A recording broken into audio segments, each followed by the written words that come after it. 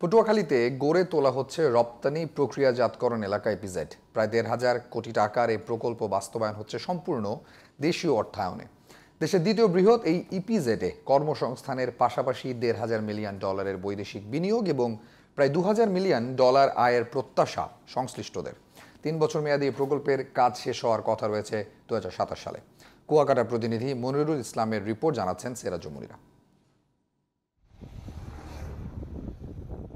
ঢাকা কুয়াকাটা মহাসড়কের পাশে পটুয়াখালীর আউলিয়াপুরে অধিগ্রহণ করা ৪১০ একর জমির ওপর নির্মাণ করা হচ্ছে দেশের বৃহৎ রপ্তানি প্রক্রিয়াকরণ অঞ্চল ইপিজেড।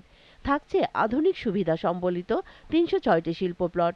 ১,৪৪৩ কোটি টাকা ব্যয়ে প্রকল্পটি বাস্তবায়নে বাংলাদেশ রপ্তানি প্রক্রিয়াকরণ অঞ্চল কর্তৃপক্ষ বেবদার নিজস্ব তহবিল থেকে যোগান দেওয়া হবে প্রায় ৩৩৮ কোটি টাকা। বাকি ১,১০৫ কোটি টাকা দেওয়া হবে সরকারের তহবিল থেকে। আশা করা হচ্ছে এই ইপিজেড ঘিরে লক্ষাধিক মানুষের কর্মসংস্থানের সুযোগ হবে, দূর হবে বেকারত্ব। আমাদের এখানে পদ্মা সেতু হওয়ার পরে সরকার যে ইপিজেডের কাজ নিয়েছে এতে আমরা অত্যন্ত খুশি।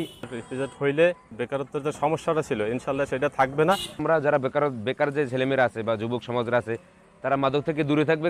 ভূমি অধিগ্রহণ করে এরই মধ্যে প্রকল্প বাস্তবায়ন কর্তৃপক্ষ বেবজার কাছে হস্তান্তর করা হয়েছে বলে জানিয়েছেন অতিরিক্ত জেলা প্রশাসক। এই ইপিজেডের আশেপাশে যারা তারাই অগ্রাধিকার পাবে। তো এই যে এতগুলো মানুষের কর্মসংস্থান, অর্থনৈতিক উৎপাদন, এটাকে ঘিরে মানে সামগ্রিক একটা জীবনযাত্রা পরিবর্তন হবে। ইপিজেডে প্রায় ১,৫৩০ মিলিয়ন বৈদেশিক বিনিয়োগে প্রতি বছর আয় হবে ১,৮৬০ মিলিয়ন ডলার। ইপিজেড যেখানে ডেভেলপ হয়েছে আপনারা দেখছেন যে বিরাট একটা ওয়ার্কফোর্স কাজ করে। এই ওয়ার্কফোর্সের একটা যদি হয় আমাদের এখানে আর্থসামাজিক অবস্থা অনেকভাবে উন্নতি হবে। কর্মসংস্থান বাড়ার পাশাপাশি পায়রা সমুদ্র বন্দরের আমদানি রপ্তানি বাণিজ্যে গুরুত্বপূর্ণ ভূমিকা রাখবে এই ইপিজেড, এমনটাই প্রত্যাশা সংশ্লিষ্টদের।